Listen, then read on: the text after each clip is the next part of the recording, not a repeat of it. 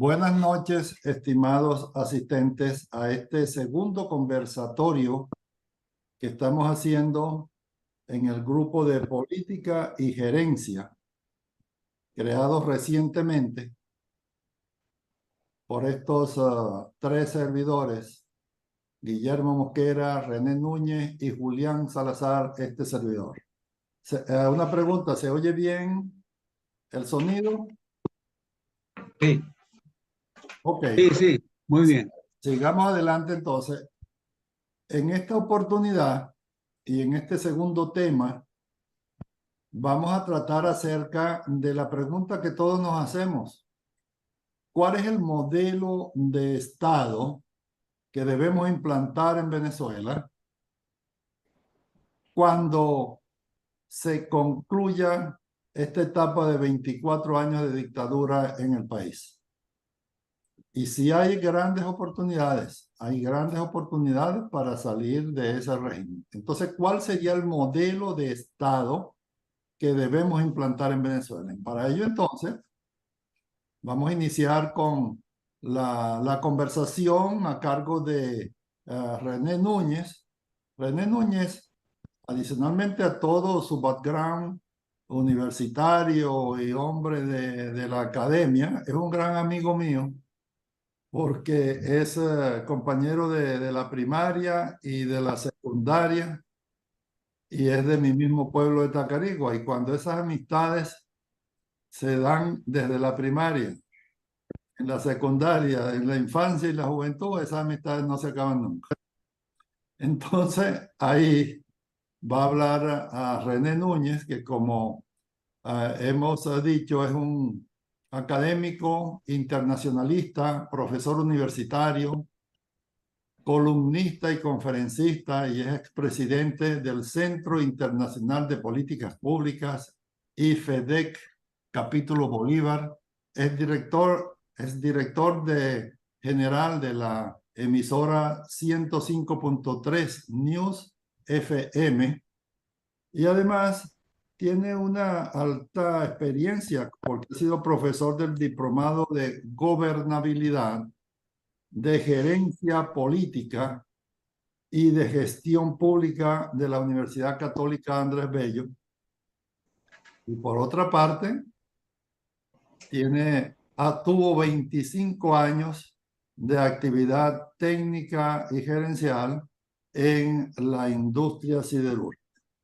Entonces, adelante, René, con tu exposición.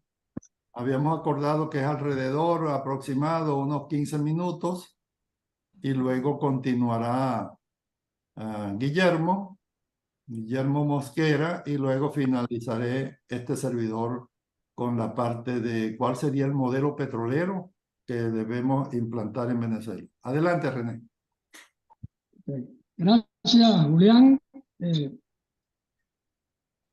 El tema de hoy es un tema que nos apasiona mucho porque tiene que ver con lo que está pasando no solo en Venezuela, sino en América Latina, porque se dan una serie de condiciones y características muy similares. Y en Venezuela hay quienes han estado afirmando y siguen afirmando de que Venezuela es un país rico y que es el mejor país del mundo.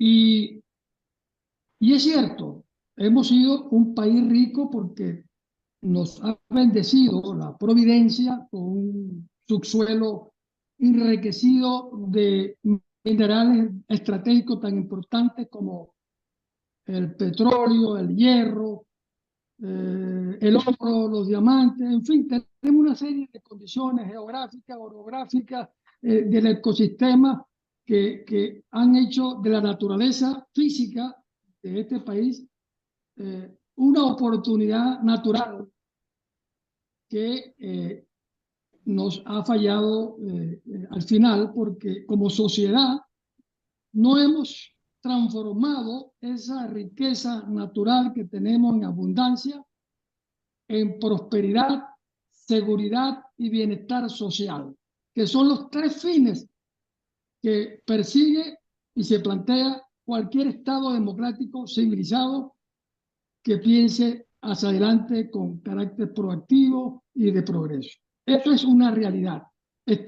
Seguimos en deuda con ese desarrollo de Venezuela.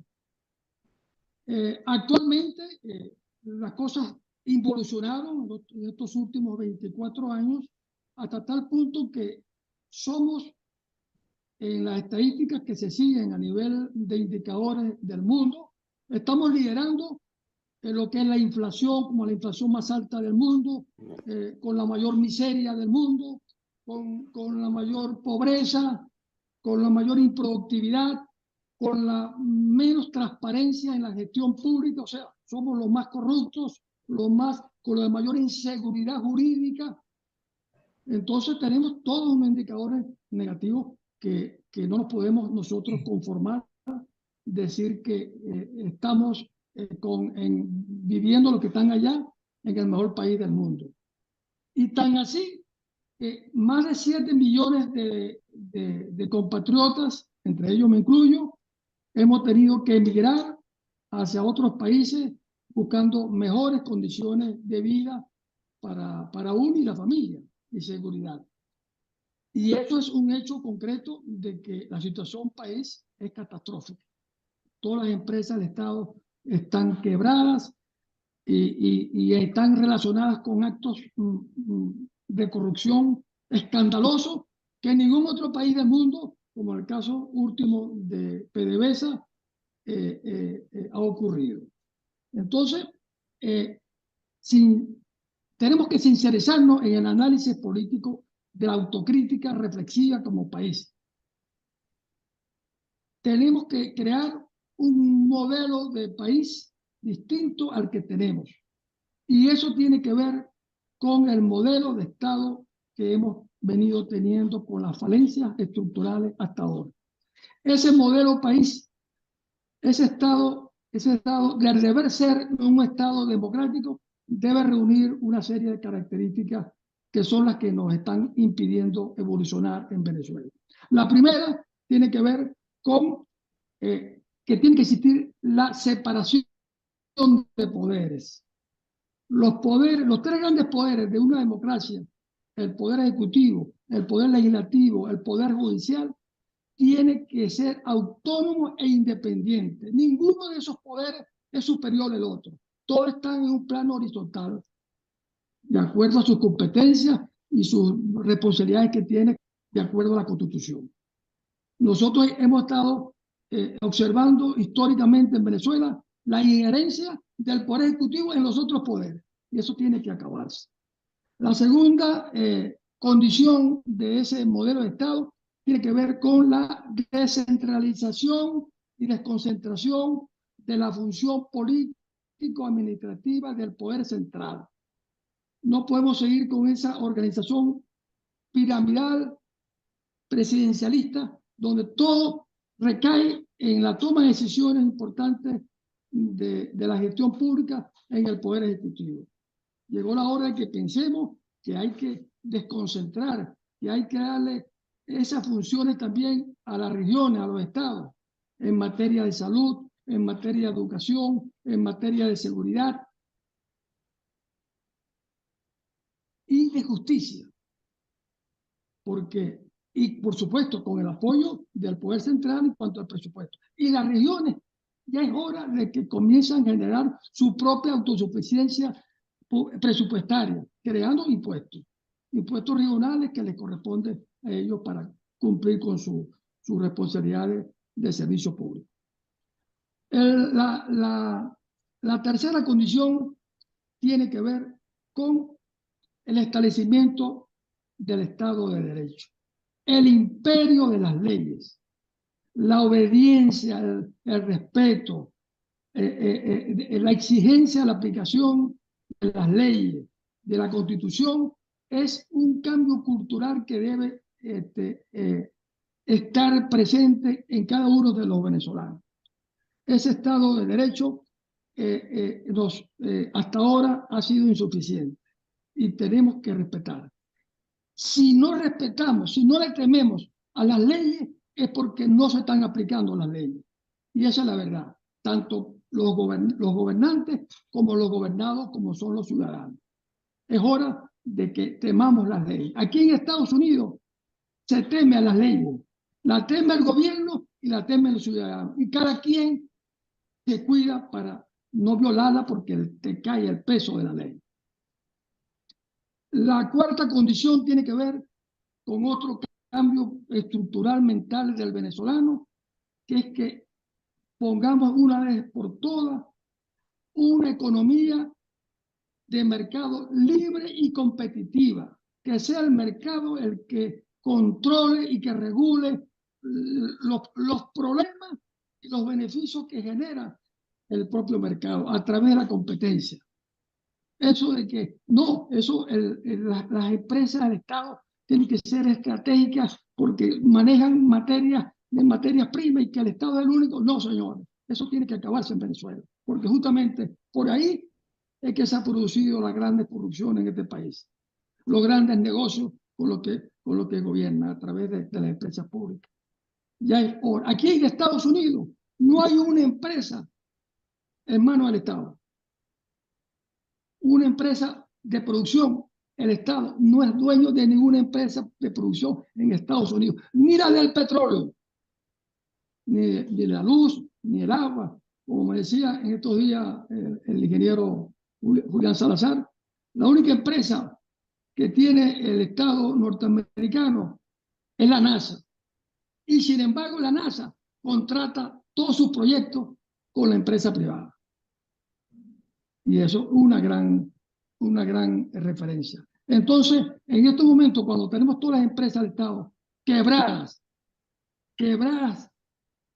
donde no hay presupuesto ahora para recuperarlas, con un rezago tecnológico de una magnitud que cuando se asuma la nueva democracia se verá cuánto se necesitará para recuperar esas empresas. Tenemos que abrir un proceso de apertura para que eso quede en manos de la empresa privada. Un proceso de licitación para que todo esté en manos del sector privado. Y evitar, por supuesto, como aquí en Estados Unidos, la ley antimonopolio o oligopolio. Eso es un delito federal aquí en Estados Unidos. Y también allá entonces debería establecerse. La quinta condición, la planificación estratégica a largo plazo. Nosotros en los 40 años primero de la democracia, los planes eran quinquenales, porque duraba el periodo de gobierno 5 años. Entonces la planificación era del gobierno pensando en los 5 años nomás de gobierno. Un país con todos esos recursos que tiene que visionarse, tiene que pensar dónde debe estar en los próximos 10, 15, 20, 30, 50 años. Es necesario hacer un plan a largo plazo, a corto, a mediano y a largo plazo. Y eso tiene que crearse en la estructura mental del venezolano, de la nueva Venezuela que habrá que construir. La sexta condición tiene que ver con garantizar el sistema de libertades y los derechos humanos. Eso es esencial para que eso pueda facilitar ese progreso y desarrollo en el país. Y una séptima condición que tiene que ver también, porque esto prácticamente lo cambiaron los que llegaron al poder, que hacer 3 enmiendas constitucionales. Primero, reducir el periodo de gobierno de 6 años a 4 años, que son suficientes. 4 años son suficientes para que el gobierno se sienta presionado a cumplir con sus responsabilidades. Y por otro, una gran ventaja, que si el gobierno no nos sale bien, si no funciona, bueno, lo podemos cambiar en un corto tiempo de 4 años. Segundo, acabar con ese defecio político-jurídico de la reelección indefinida, que los constituyentistas, que incluyendo muchos demócratas estuvieron allí, aprobaron ese defecio, que es antidemocrático. ¿A quién se le ocurre una reelección indefinida? El único país del mundo que tiene eso. Y la tercera, por supuesto, volver al Congreso bicameral, diputado y Senado. El Senado para controlar el Estado, el funcionamiento del Estado, y la Cámara de Diputados para llevar el control del presupuesto de la gestión pública de los gobiernos. Eso tiene que volverse. En conclusión, tenemos tres grandes conclusiones con el tema. Primero, que la planificación del Estado debe centrarse en el ciudadano. La planificación del Estado, del poder central, del poder regional y del poder municipal. Porque el Estado se debe al ciudadano, no el ciudadano se debe al Estado, que ha sido lo que se nos ha pretendido hacer creer históricamente en política en Venezuela. Porque estamos dependiendo para todo el Estado. Entonces, es más importante el gobierno y el ciudadano no. No, señor, eso tenemos que cambiarlo mentalmente. El Estado se debe al ciudadano. Eso es un servicio público, para eso se creó el Estado. Es más, la función de los que gobiernan, ese es su trabajo, porque para eso se les paga, para hacer ese servicio público. Es un trabajo nuestro que le estamos pagando.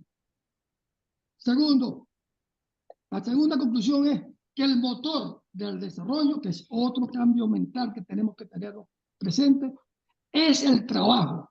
No hay otro medio para que el ciudadano, para que el ser humano prospere, progrese, se desarrolle, él y su familia, sin el trabajo.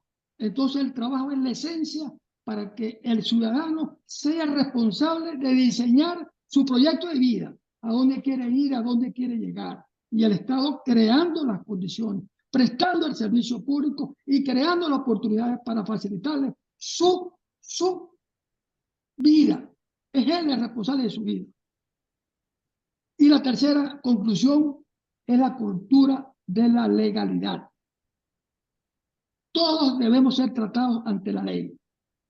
No debe haber ninguna diferencia alguna. Todos hemos tratado ante la ley.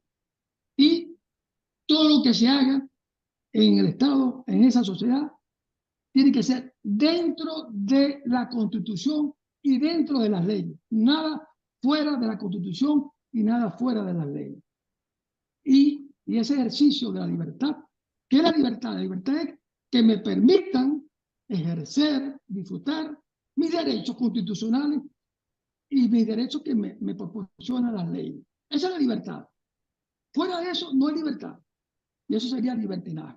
Entonces, eso es la cultura de la legalidad, que es la que nos debe a nosotros comenzar a formar parte de ese cambio cultural, porque tenemos que cambiar la cultura. Ya lo que no ha pasado es suficiente para hacerlo y están dadas las condiciones. Entonces, hagamos de la Venezuela que nos merecemos las soluciones de un Estado democrático funcional. Ahora le voy a dejar la palabra al licenciado Guillermo Mosquera, licenciado en Administración, mención Gerencia,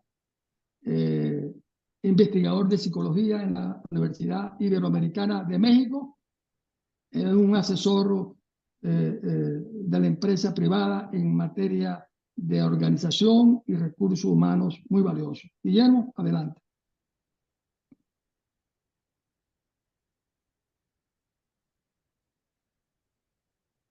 Buenas noches, René.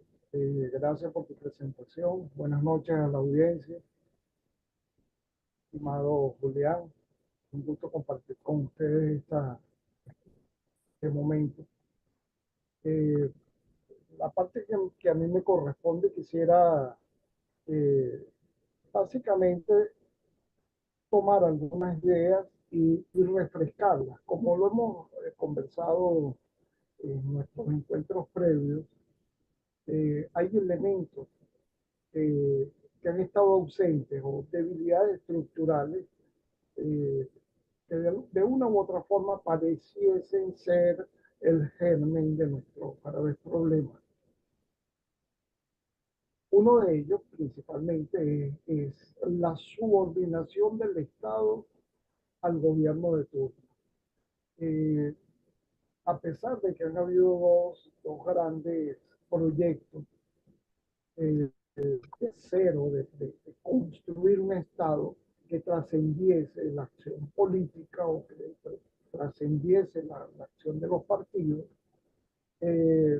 pues no se ha logrado. Siempre han estado subordinados los proyectos país a el gobierno de turno. con las consecuentes incidencias sobre la economía, sobre el plan, sobre las alianzas internacionales y la línea de gobierno. Y esto lo hemos visto pues, con una acentuada eh, afectación, eh, especialmente en estos 24 años de historia. Principalmente el tema, o sea, definiendo un poco para aclarar términos, lo que significaría Estado. Estado tiene tres grandes columnas. El Estado como tal está compuesto de una sociedad civil, un territorio y el poder. Son tres elementos que juegan eh, para, para darle viabilidad a un proyecto de Estado, ¿no? Ahora, cómo se articula y cómo funciona es el tema. En nuestra Constitución tenemos definidos 5 poderes. Y teóricamente está descrito cómo funcionan estos 5 poderes o cómo se articulan para darle viabilidad al, al proyecto país. Sin embargo, eh, sería interesante revisar que mucha de esa articulación es enunciativa y no práctica. Por ejemplo, el artículo 5 de la Constitución define de que el poder reside en el pueblo. Ahora, ¿cómo se articula esto? Nótese de que hay en la práctica una serie de elementos que están subordinados a la acción política, que a su vez está subordinada a las directrices del partido. Tú lo mencionabas muy pertinentemente en función a la tendencia presidencialista que hemos mantenido durante tanto tiempo y que de una u otra forma ha sido uno de los elementos que ha dado al traste pues, con el proyecto país. Mencionaba antes de que habían dos grandes proyectos que no lograron cristalizarse. El primero de ellos, que yo siempre destaco y que soy un admirador de él mismo, es el proyecto de Simón Bolívar, ¿no? Él esboza en el discurso ante el Congreso de Angostura de 1819. En este proyecto, el Libertador hace una diagnosis de los elementos eh, débiles de esta floreciente o naciente sociedad venezolana. Pues proviene de una guerra, de un proceso de libertad, un proceso también que bebe de la Revolución Francesa, una revolución tumultuosa que incluso se fagocitó a muchos de sus propios autores. Entonces, luego de su diagnóstico, él hace una exégesis entre las cuales está el hecho de observar de que la democracia era un alimento de difícil nutrición o de difícil digestión, por cuanto los nativos estaban acostumbrados a obedecer a un rey. Entonces él temía el hecho de que sin estar revestido de la autoridad que tenía el rey, cómo reaccionaría la sociedad venezolana ante el mando o ante el comando de elementos que teóricamente proviniesen de su propio seno. Y pues pareciese que de alguna forma este elemento no se ha subsanado y sigue vigente o sigue presente. Luego, quien le ha dado forma o que de alguna forma ha articulado el ejercicio del poder han sido los partidos políticos.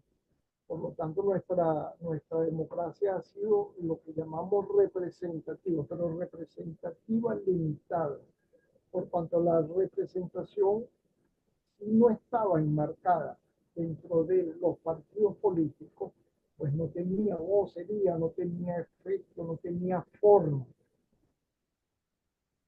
Se observa en el segundo mandato de Carlos Andrés Pérez una preocupación por esto y le dan auge al tema de la sociedad civil y se comienza a escuchar con mucha fuerza el tema de la sociedad civil y comienzan a hacerse acciones, una de las cuales es el tema de la articulación de la ciudadanía a través de las parroquias, a través de las sociedades vecinales.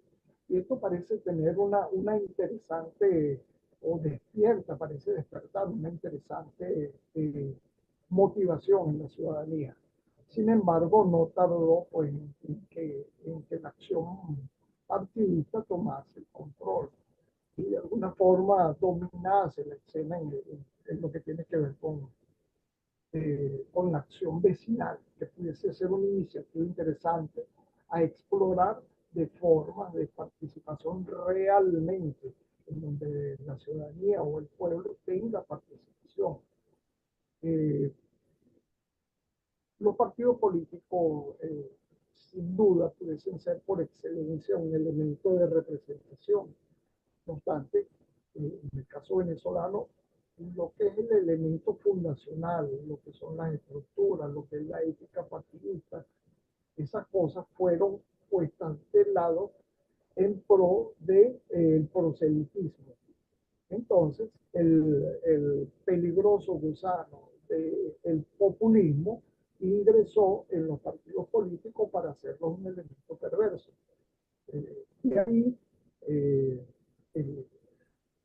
malestar que parece la resistencia o el trabajo de apolítica que parece flotar en el ambiente venezolano. Entonces, levantar otra vez el sentido político pareciera no hacer una tarea también pendiente, pero basado fundamentalmente en elementos éticos, ¿no? O sea, en la revisión de los elementos éticos fundacionales,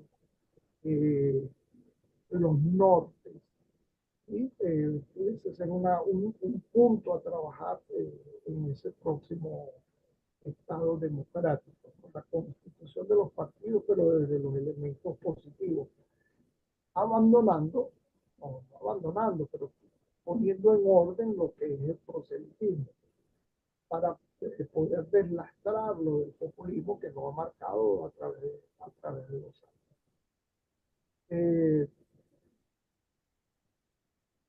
El tema de la subordinación de los poderes. Ahí hay un elemento interesante, ¿no? O sea, dentro de la articulación tiene que haber un elemento que de alguna forma comande, dirija, administre, centralice y haga operativo el manejo del poder. Ahora, ¿dónde reside esto?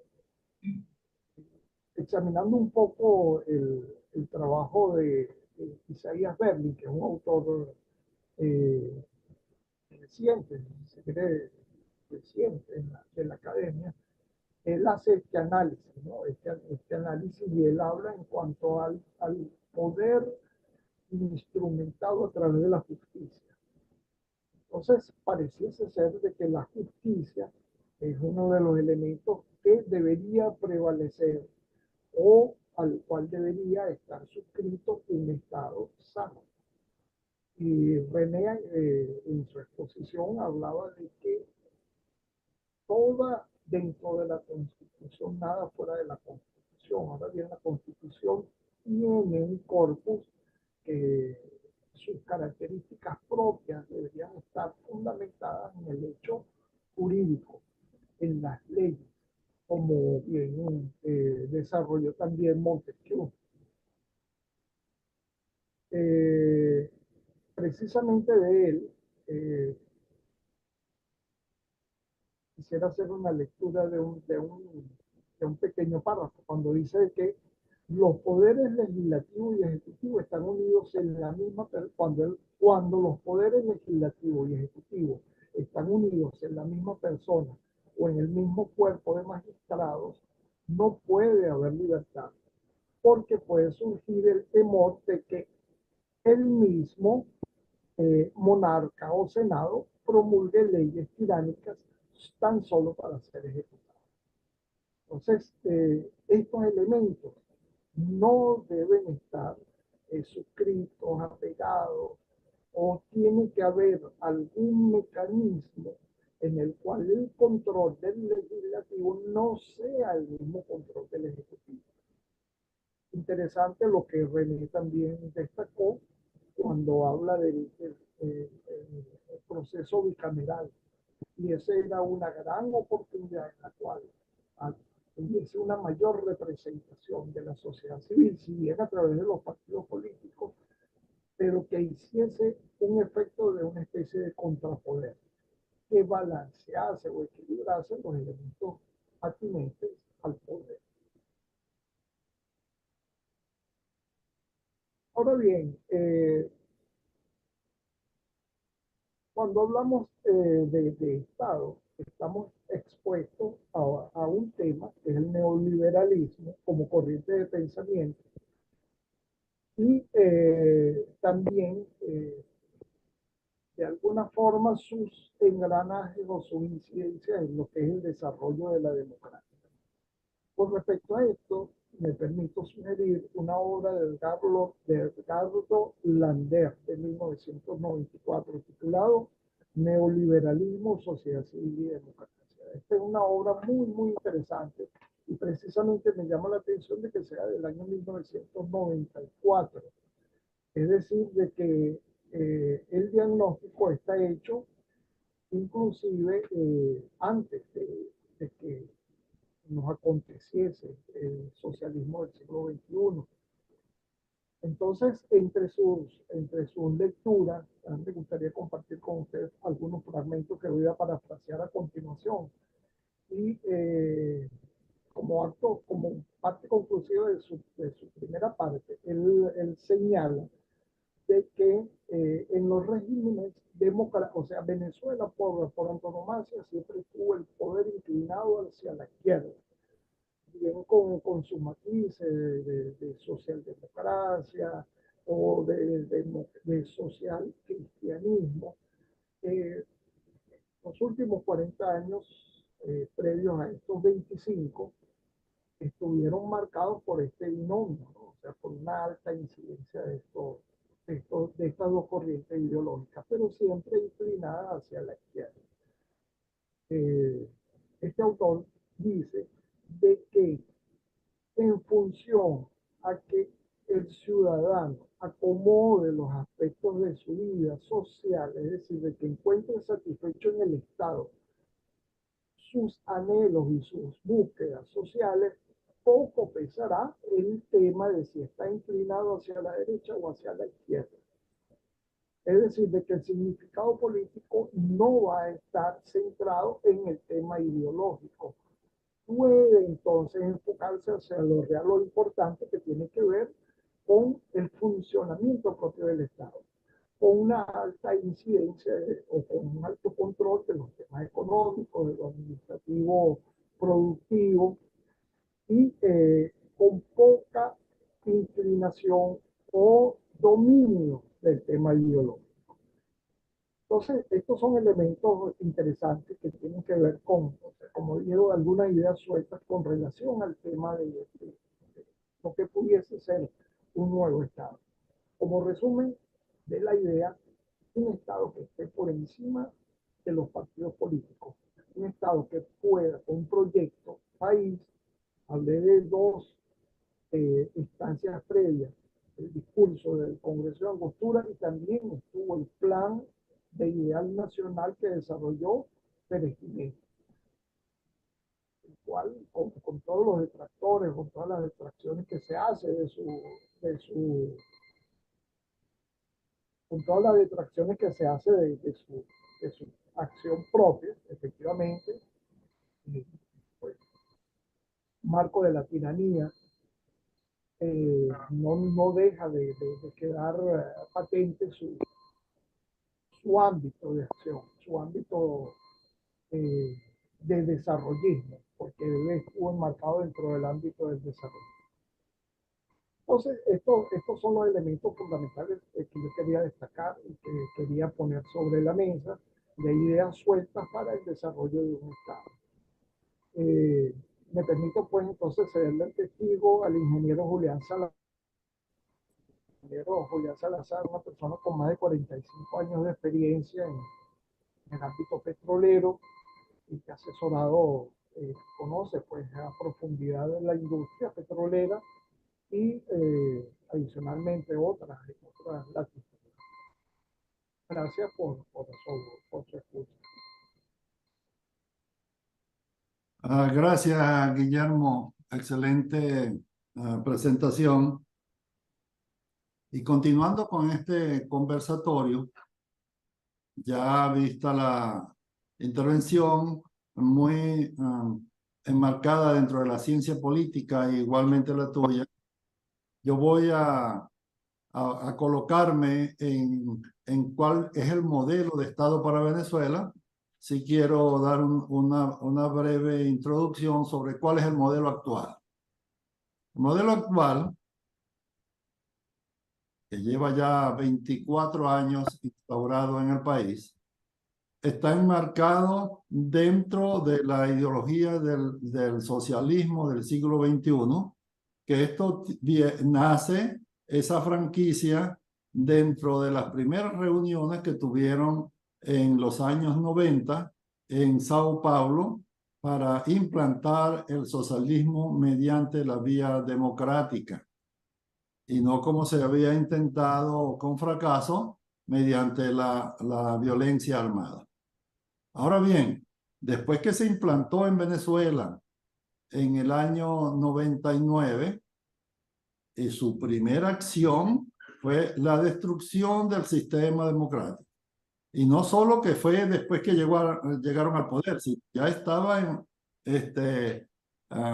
incluido dentro del plan de acción de destrucción del sistema democrático mediante el cambio de la Constitución, mediante la instauración de la dictadura comunista en el país. Yo reitero mucho que no es a partir de cuando llegaron al poder y entonces no habían dicho nada y no se sabía.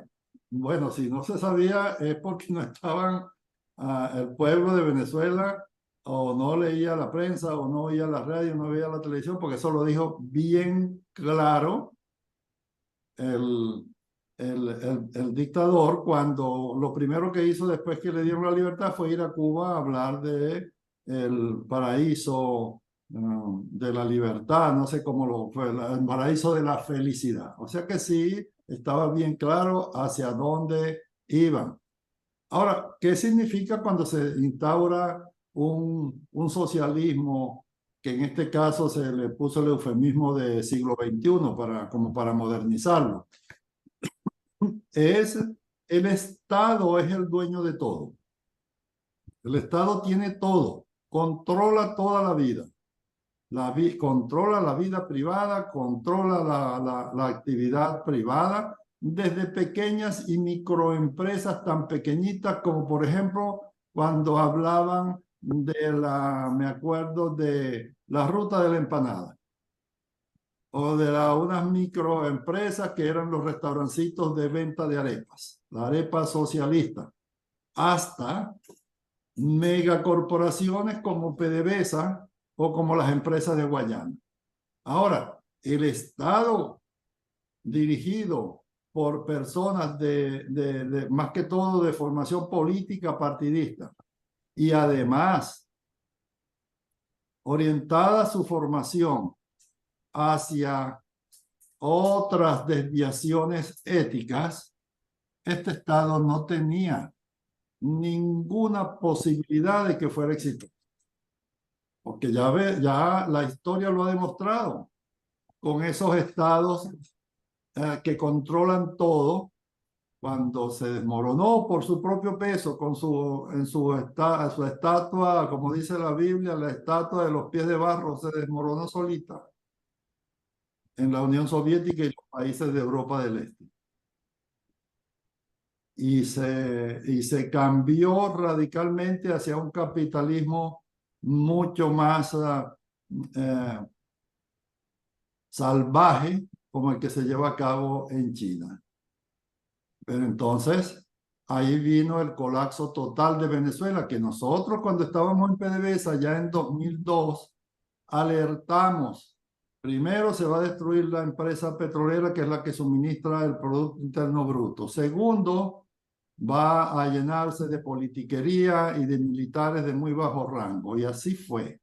Es decir, que la destrucción del Estado democrático y de la empresa privada y de la actividad industrial fue un plan de Estado.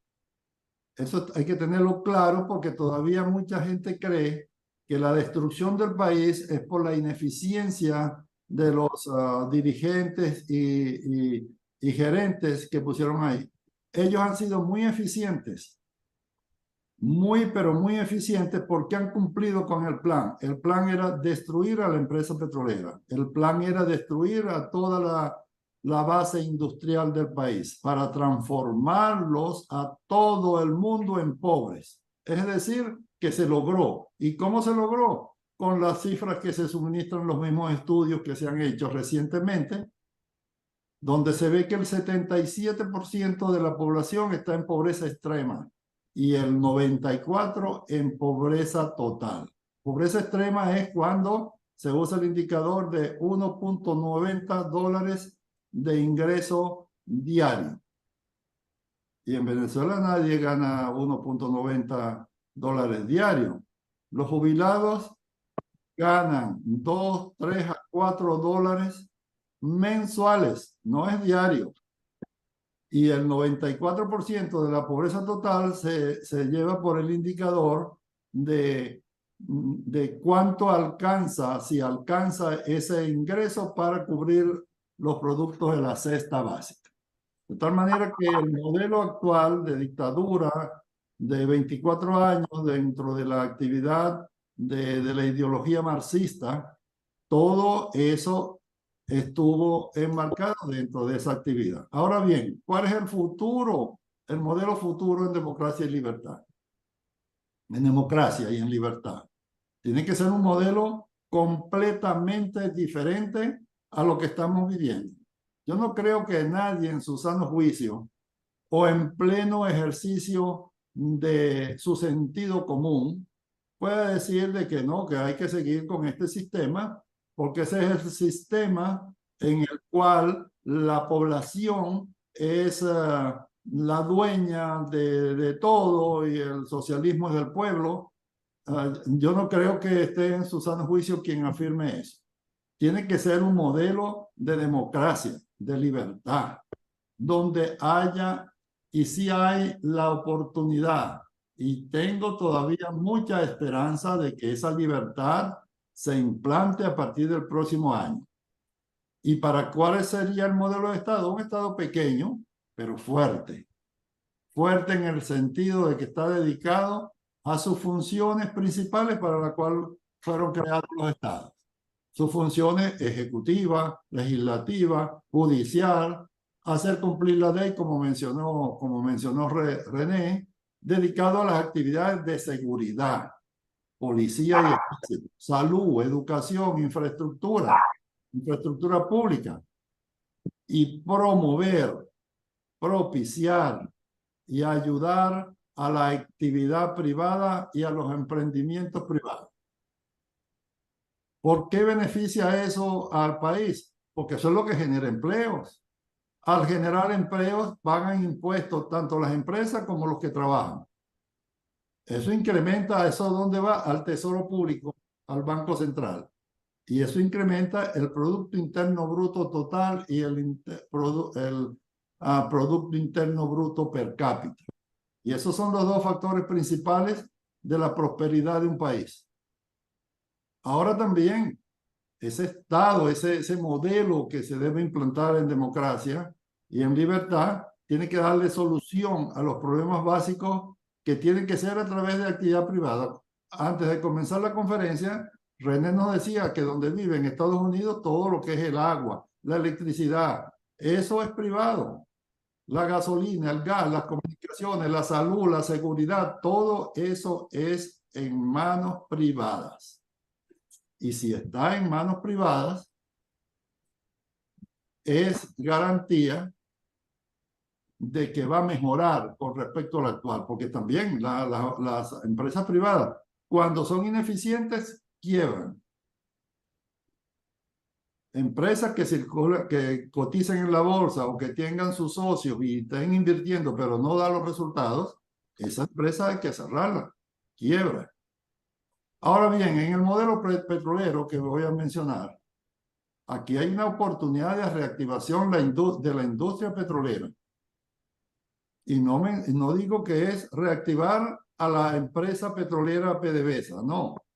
Una cosa es la industria petrolera y otra es reactivar a la principal empresa monopólica, que es la compañía Petróleo de Venezuela.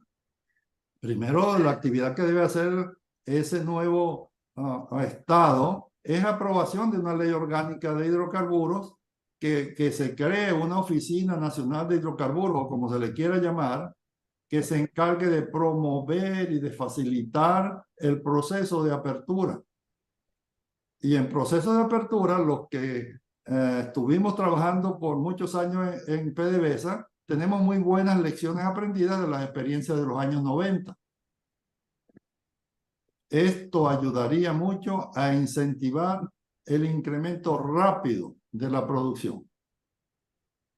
Y por otra parte, hay que darle solución a la crisis del suministro de energía, de combustible, gasolina, gasoil, productos petroquímicos y la electricidad. De manera que toda esa engranaje de destrucción desaparezca en el muy corto plazo. Ahora bien, ¿por qué fue que fracasó la empresa? Cuando viene de un modelo en el cual tuvo 22 años funcionando como empresa del Estado, pero muy eficiente, porque las empresas eficientes tienen su plataforma sobre 4 columnas, que son la columna de los recursos humanos, los recursos técnicos, los recursos financieros y el control de gestión.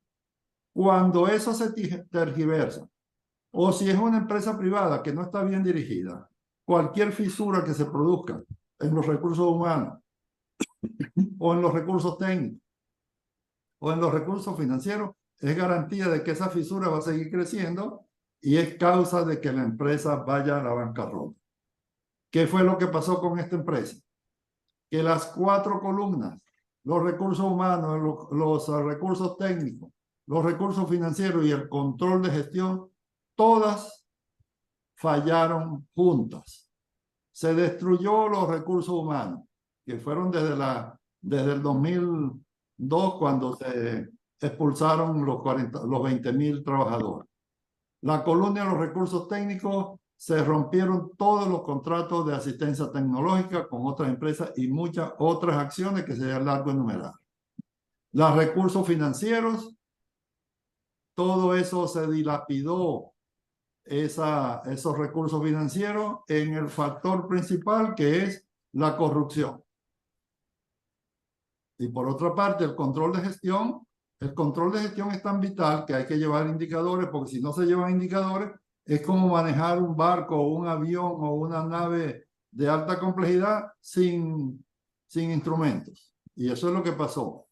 La empresa fracasó porque todas sus columnas cayeron, se colapsaron simultáneamente. Porque sí era plan de Estado tomar esa colina, y la tomaron con el fin de transformarla en una empresa que era el que surtiera el dinero para la revolución y para la compra de adherencias en países amigos. Ahora, ¿qué opciones tenemos? Todavía es increíble, pero todavía se maneja la opción A. Y la opción A es rescatar a PDVSA como empresa del Estado. Porque hay gente que todavía cree que lo que pertenece al Estado pertenece a todos los venezolanos. Es decir, por ahí he oído mucho, hasta en gente de alto nivel, decirle que el petróleo es de todos los venezolanos. El petróleo es de todos los venezolanos, pero si uno le pregunta, ¿tienes un documento que conste que tú eres dueño de ese petróleo? No. ¿Puedes venderlo? Tampoco. ¿Puedes transarlo? No. ¿Puedes heredarlo a tus hijos? Tampoco. Entonces tú no tienes nada. Eso no es ningún ninguna, ningún bien. Una propiedad. Tú lo puedes vender o lo puedes alquilar o lo puedes facilitar o heredar a tus hijos, pero no. Esa es una constante que ha pasado en todos los países latinoamericanos. Entonces, rescatar a PDVSA no se puede técnica y financieramente. Está en bancarrota.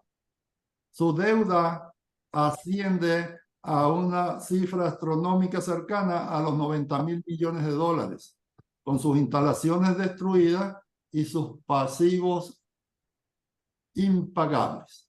Y por lo tanto, si les van a proponer en la nueva etapa de democracia salvar a esta entelequia, eso no estaría acorde con el modelo que se propone, que es un Estado pequeño y de alta actividad privada en todo el sistema económico.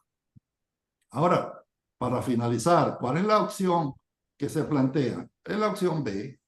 Y la opción B está acorde con lo que mencionaba René y mencionaba a Guillermo, que es ir a un cambio de Estado, a un nuevo modelo de Estado. Un Estado donde se propicie la libertad, la libre empresa, se respeten las leyes y se respete a toda la ciudadanía. Entonces, hay que recuperar la industria petrolera mediante la participación de inversionistas privados, nacionales e internacionales. ¿Qué hay que hacer? Aprobar una nueva ley orgánica de hidrocarburos, porque hay que minimizar la participación del Estado en compañía mixta y sustentar licitaciones de áreas petroleras. Porque con la ley actual, la del 2007, el Estado tiene que ser socio mayoritario. Y hay que crear una oficina nacional de hidrocarburos, que esa oficina, siguiendo los ejemplos de otros países latinos, sea la encargada de procesar y coordinar todas esas megalicitaciones de apertura petrolera a inversionistas privados nacionales e internacionales, con las lecciones aprendidas que ya se tienen de los años 90 y con las lecciones aprendidas que hemos tenido los que hemos estado en el exterior en licitaciones de campos agotados y de campos nuevos, en el cual si hay una empresa, una oficina nacional de hidrocarburos, o sea, una oficina para propiciar y no para frenar el proceso. Y por la otra parte, incentivar el incremento rápido de la producción. Esta es una solución en el corto plazo a la crisis de energía. Esa crisis de energía que todavía es triste ver la gente haciendo colas de kilómetros para echar 30 litricos de agua, de gasolina, para aguantar 40 días sin llegar el agua, la falta de lubricantes, la falta de petroquímicos y los problemas de electricidad. Que eso hay que empezar a hacerlo en el día D+1, después que se haga el cambio. Gracias a todos y las conclusiones están a la vista, que es un estado de libertad y no tenemos que estar inventando la rueda, porque ya hay muchos países cuya prosperidad es del cielo a la tierra y muchos están queriéndose ir a vivir para allá. Países de primer mundo de alto desarrollo. Y lo que hay es que implantar lo que ellos están haciendo. Gracias a todos y vamos a iniciar entonces preguntas, respuestas, conversatorio como tal, opiniones, bienvenidas. Gracias. Bueno, levantó la mano Adelante, Argenis. de primerito. Adelante. Alfredo. Alfredo, adelante. Fíjense, bueno, yo siempre he pensado que ese modelo presidencialista que está metido en el tuétano de todas las instituciones en Venezuela, habría que empezar a demolerlo de alguna forma. Y pienso que una de las fórmulas sería un Estado parlamentario, ¿verdad? Como son todos los países, que incluso hay países socialistas de la Europa del Este que tienen unos sistemas parlamentarios que logran controlar mucho más el funcionamiento del Estado y no eligiendo un faraón por 5 años como era lo que nosotros hacíamos. A ver, ¿qué opinan ustedes? René. Bueno, la verdad que la cultura es el tema que nos preocupa más, ¿no? O sea, que el venezolano cambie, entienda, reconozca que no hemos podido avanzar, no hemos podido superarnos, no hemos podido lograr lo que dije al comienzo, esos tres fines que todo Estado democrático civilizado persigue, que es un país, una sociedad próspera, segura y que sienta el bienestar social de vivir en libertad plena. El sistema parlamentario, por supuesto, está más orientado hacia la cultura europea, está por ahí muy bien estructurada y ha funcionado. Eh, yo diría que la preocupación que nos debe ocupar a nosotros tiene que ver con, primero, lo que decía, recuperar el Congreso bicameral, Cámara de Senado, Cámara de Diputados, recortar la presidencia a 4 años y traigo a colación una reflexión, no una reflexión, algo que decía el filósofo de la calidad total en Japón, Ishikawa. Él ponía el ejemplo para que usted vea en el plano del sector privado. Cuando uno nombra a un gerente, un cargo de supervisión, es porque se le observa que reúne las condiciones para ocupar ese cargo. Hay que darle 2 años mínimo para que pruebe y demuestre su capacidad. Y para que también conozca las nuevas funciones del cargo, porque si lo movieron de un cargo a otro, él va a tener que aprender también en ese cargo algo nuevo. 2 años mínimo hay que darle a ese gerente, pero no más de 4 años. ¿Por qué? Porque decía, pensando en el sector privado, imagínate tú en el sector público, porque en 4 años, ¿qué pasa? La persona en el mismo cargo viene a la rutina, la persona comienza a considerarse suficiente, a tratar de demostrar que la verdad la tiene él, comienza a ser reaccionario a los cambios que está exigiendo la propia dinámica organizacional y puede caer en las tentaciones de los vicios que están siempre en el ambiente presente. Entonces, no más de 4 años al gerente en ese mismo cargo. ¿Y cuál ha sido la estrategia organizacional en Japón que ha dado resultados? Rotarlo. O sea, gerente de esta área, luego lo pasamos en otra área.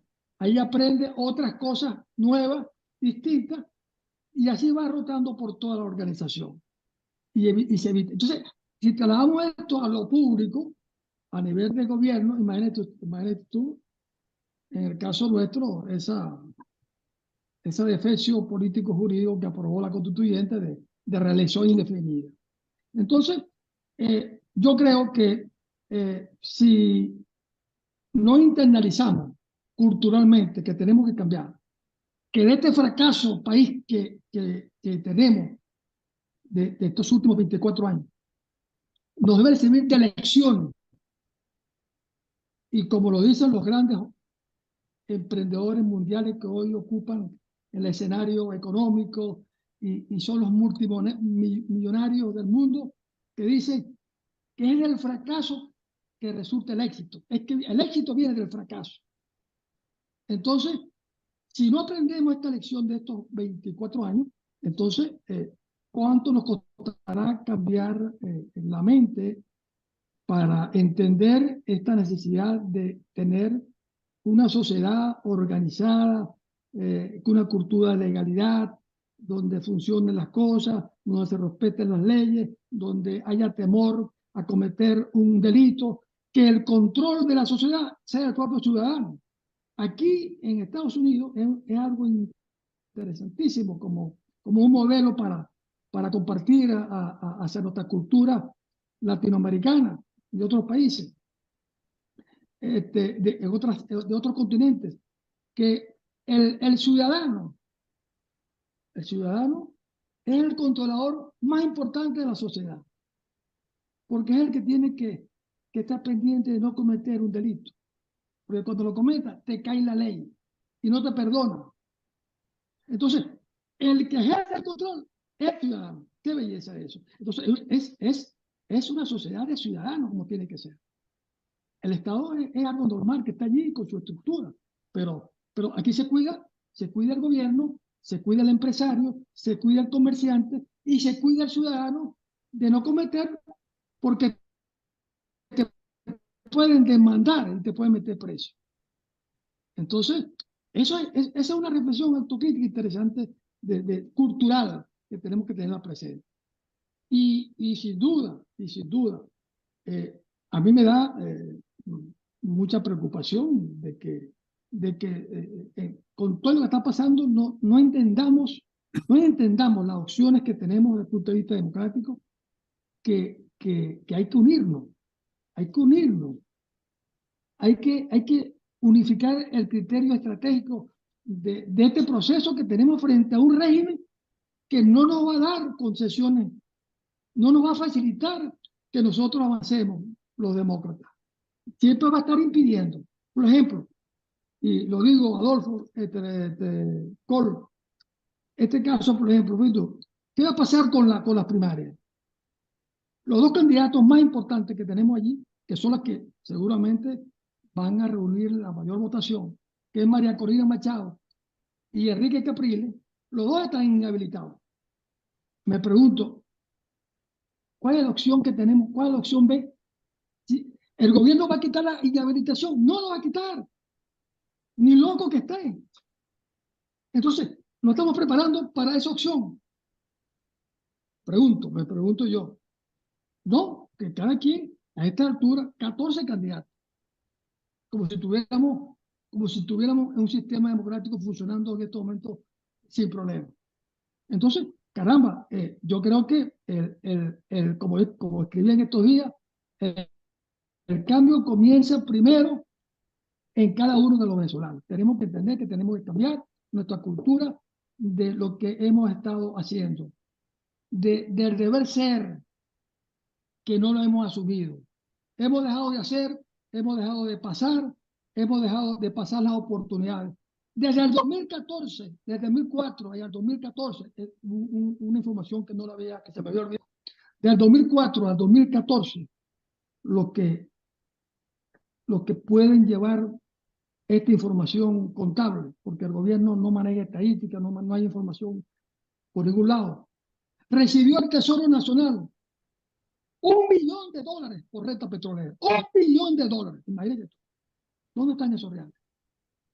¿Dónde están, Dios mío? Imagínate tú, esa plata en un país que tenga conciencia, ¿dónde estaría? Y nos robamos ese $1 millón, quebramos las empresas, tenemos hipotecado un país. Entonces, imagínate tú la situación, como para uno decir, caramba, necesitamos abrazarnos y entender que el proceso que tenemos es un reto humano y social sumamente complejo.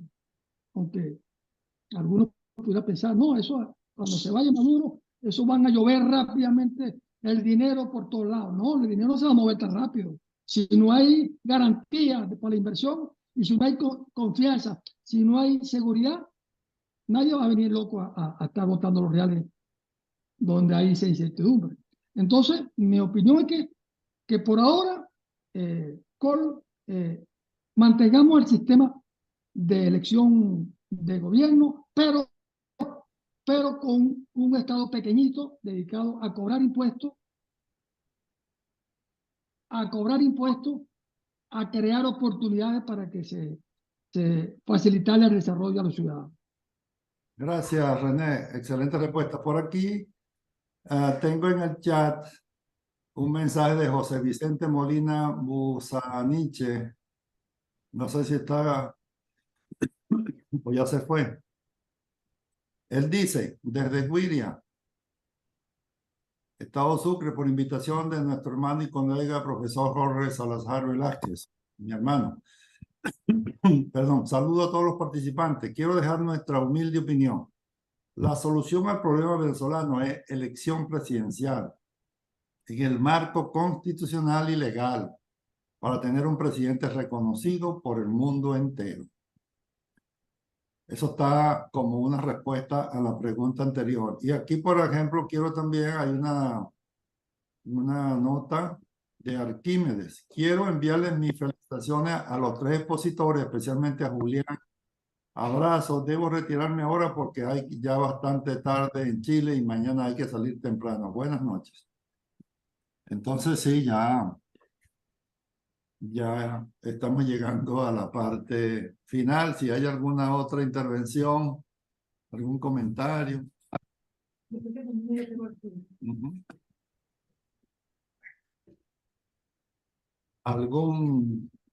Alguna conversa para transformarlo en un conversatorio.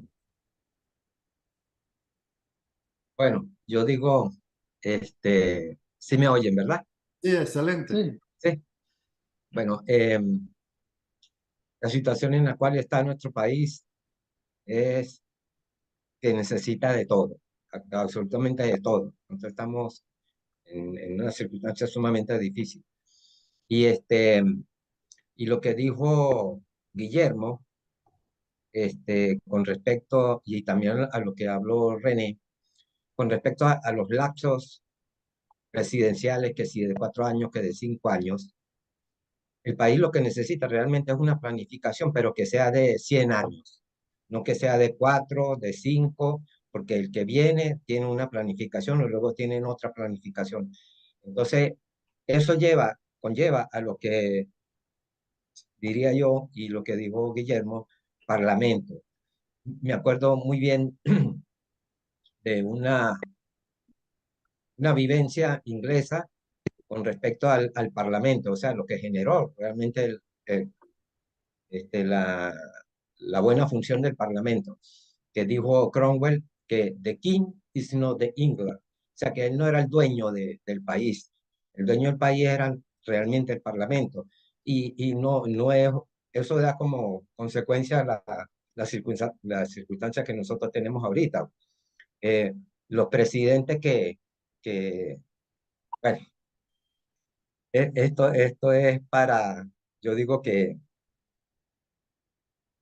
para mucho tiempo, ¿sabes? Hablar, tomar notas, porque las circunstancias son bastante difíciles y en estas conversaciones así cortas, pues en definitiva, pues uno no llega a, a profundizar, pues. Y entonces es que la planificación de todo lo que se derrumbó y cómo llevar a cabo la primera, como te digo yo, PDVSA, que PDVSA en definitiva, en el estado en que está, pues eso no hay que levantarlo. Es preferible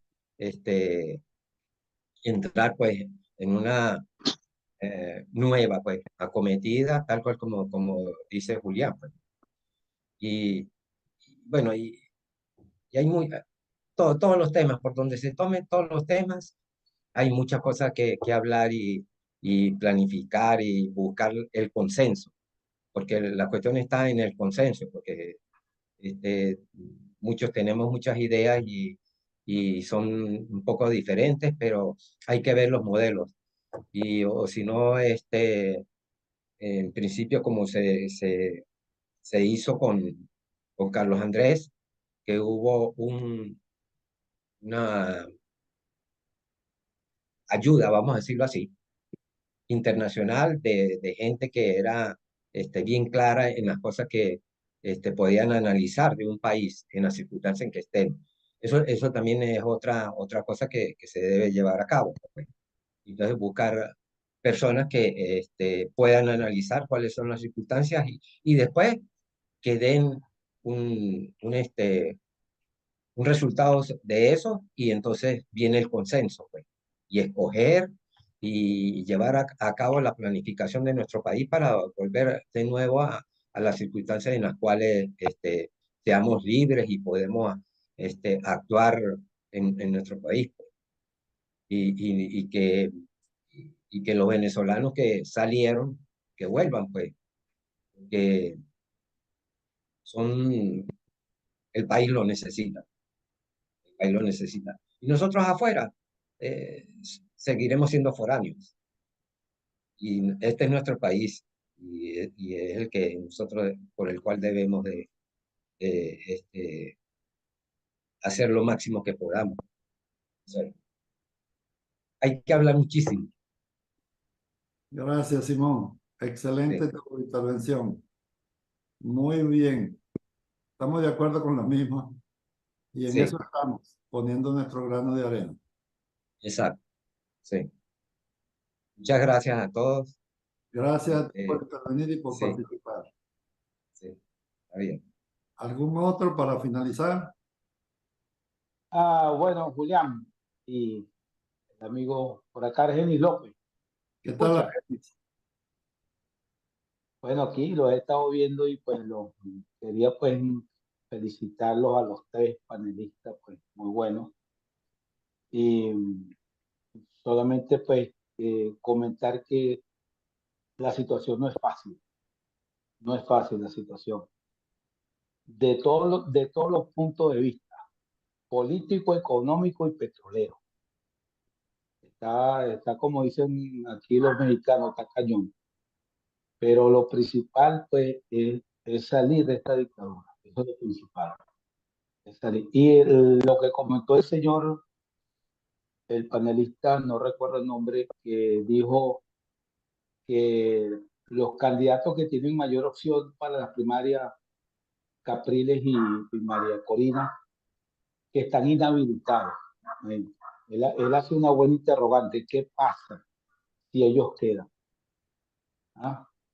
Entonces, pues, yo lo veo bastante pues difícil porque no sé, yo desde el punto de vista político pues económico pues no me considero, yo lo que sé es la parte del petróleo, pero sí, yo la veo bastante difícil, pero ojalá pues que salgamos de esta situación, que estos señores se vayan, pero esto va a ser difícil que estos señores se vayan porque ellos saben que van a ir presos, ellos saben que van a ir presos.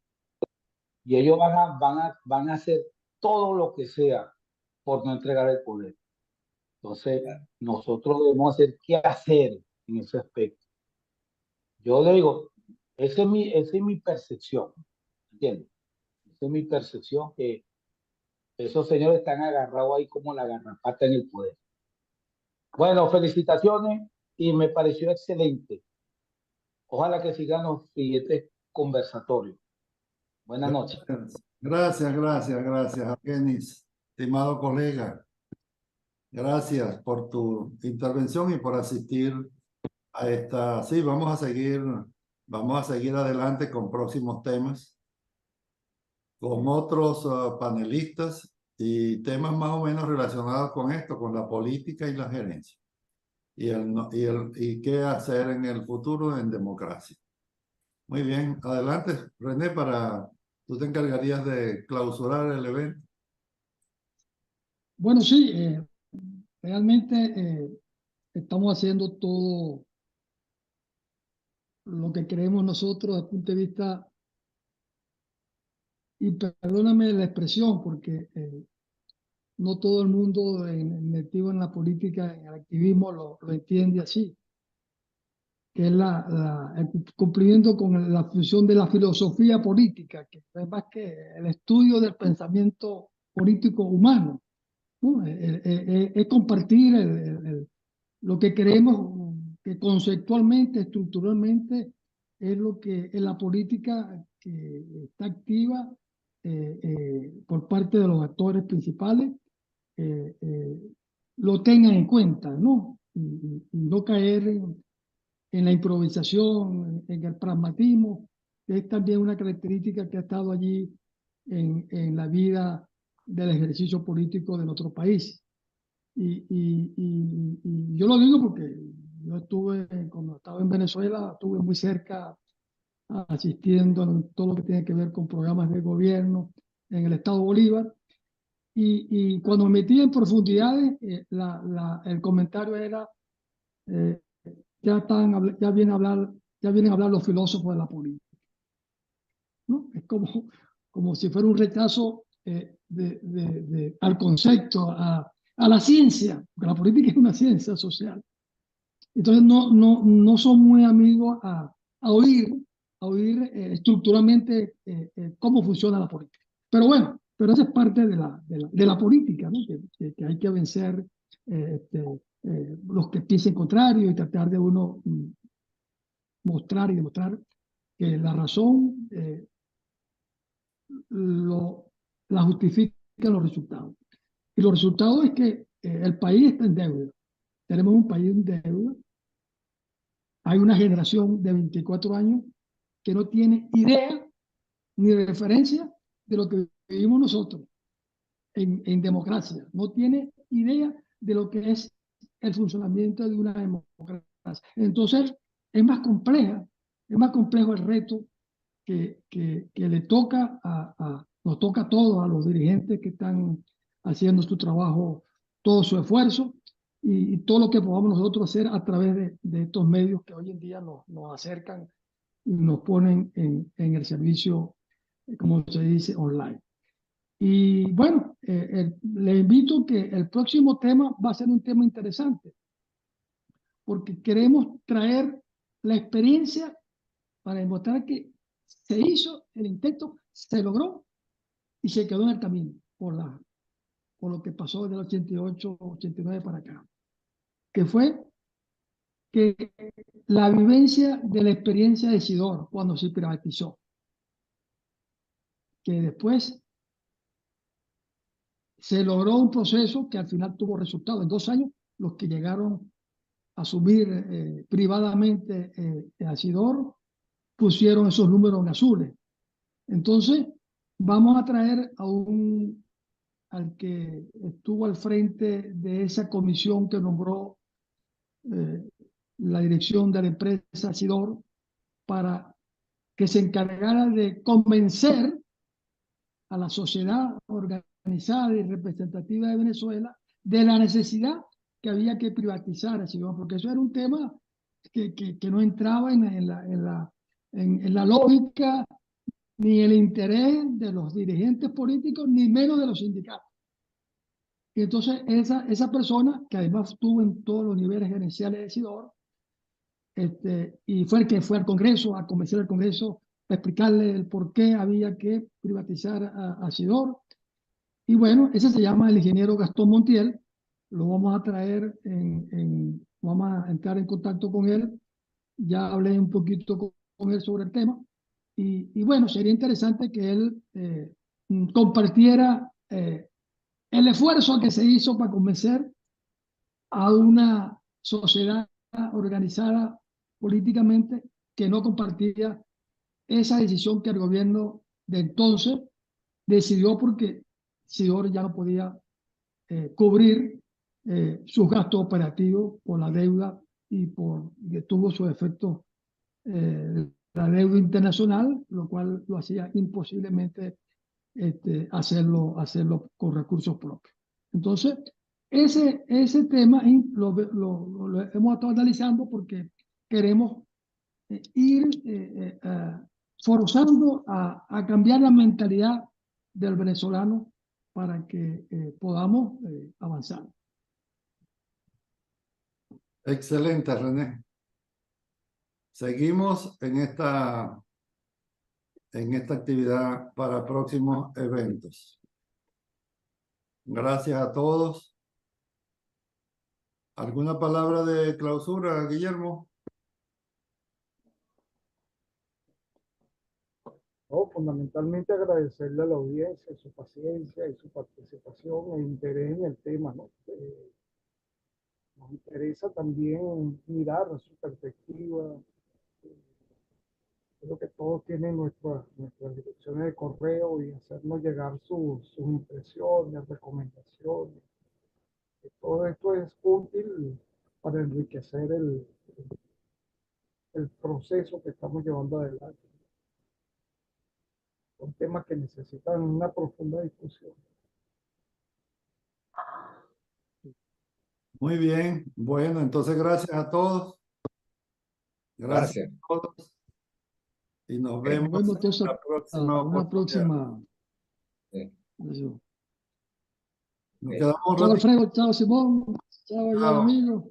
Nos quedamos un ratito, No, Guillermo, René, para analizar. Voy allá a detener la